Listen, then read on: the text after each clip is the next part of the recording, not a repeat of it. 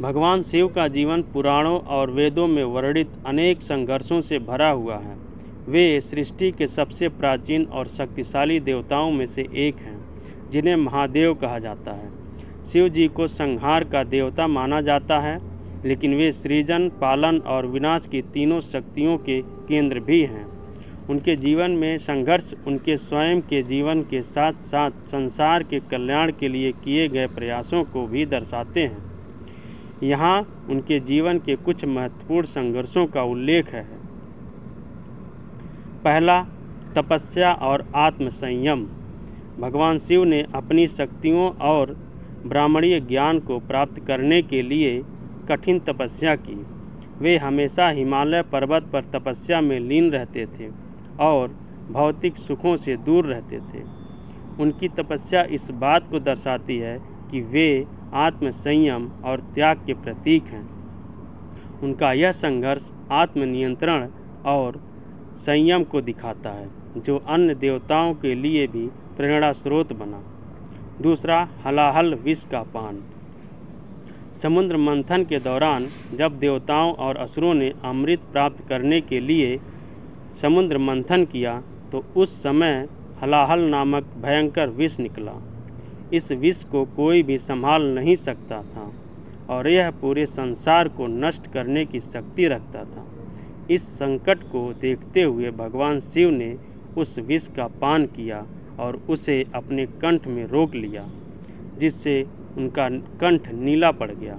इसी कारण से उन्हें नीलकंठ भी कहा जाता है। इस घटना में शिव जी ने अपने जीवन को दांव पर लगाकर संसार की रक्षा की। दूसरा, कामदेव का भस्म करना।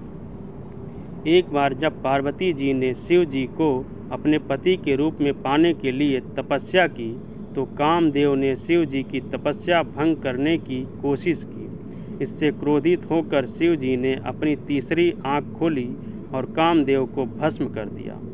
इस संघर्ष ने शिव के आत्मनियंत्रण और संसार के कार्यों से विरक्ति को भी दिखाया।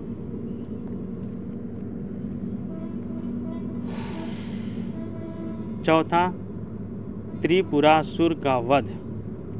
त्रिपुरासुर 3 राक्षसों का समूह था, जिन्होंने 3 अजेय नगर त्रिपुर बनाए थे और वे संसार को आतंकित कर रहे थे।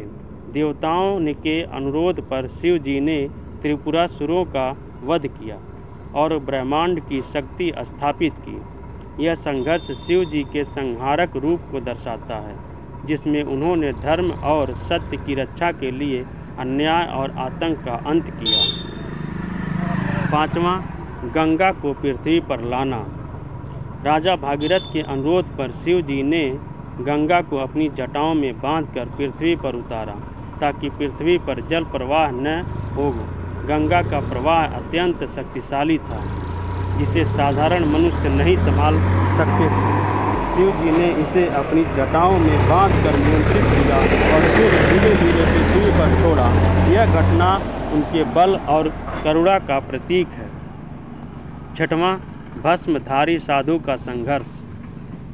शिव जी के जीवन का एक महत्वपूर्ण पहलू उनका साधु रूप है, जिसमें वे भस्मधारी होकर शमशान में रहते हैं और संसार के मोह माया से दूर हैं। उनकी यह साधु छवि एक प्रकार से समाज की परंपरागत धारणाओं के विपरीत है।